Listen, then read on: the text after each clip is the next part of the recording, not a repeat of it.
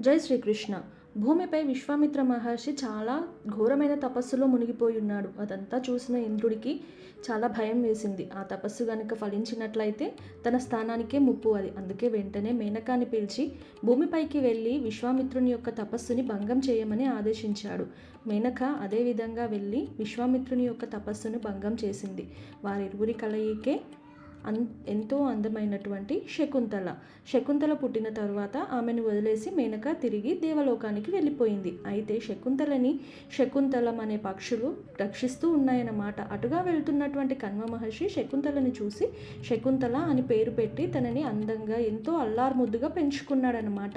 ఆవిడ పెద్దగయ్యాక ఎంతో అందమైన యువతిగా మారింది. ఒకనాడు పురువంశ రాజు అయినటువంటి ఇలలుని యొక్క కొడుకు దుష్యంతుడు కణ్వ మహర్షిని కలవడానికని ఆశ్రమానికి వచ్చాడు. అక్కడే ఉన్న శకుంతలను చూసి అతడు వెంటనే ప్రేమలో పడిపోయాడు. ఇంత అందమైన దేవతాశ్రీ ఇక్కడ కణ్వ మహర్షి ఆశ్రమంలో ఉంది ఏమిటి అని కనుక్కోవడానికి శకుంతలతో మాట కలిపాడు. శకుంతల చెప్పింది, నేను కణ్వ మహర్షి యొక్క కుమార్తెను అని. ఆ విధంగా ఇద్దరు మాటల్లో ఉండి ప్రేమలో పడిపోయారనమాట. వారిద్దరూ కలిసి గంధర్వ వివాహం చేసుకున్నారు.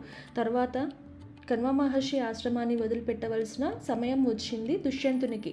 అతడు వెళ్తూ వెళ్తూ ఆమెకు ఒక రాజముద్రికను గుర్తుగా ఇచ్చేసి నేను తిరిగి నా రాజ్యంతో మంది బలగంతో వచ్చి నిన్ను సగౌరవంగా నా మహారాణిగా నిన్ను రాజ్యానికి తీసుకువెళ్తాను అని చెప్పి అతను తిరిగి వెళ్ళిపోయాడు. చూద్దాం ముందుగా శకుంతల జీవితంలో ఎటువంటి మార్పులు రాబోతున్నాయి అన్నది. జై Sri Krishna. Please subscribe my channel. Thank you.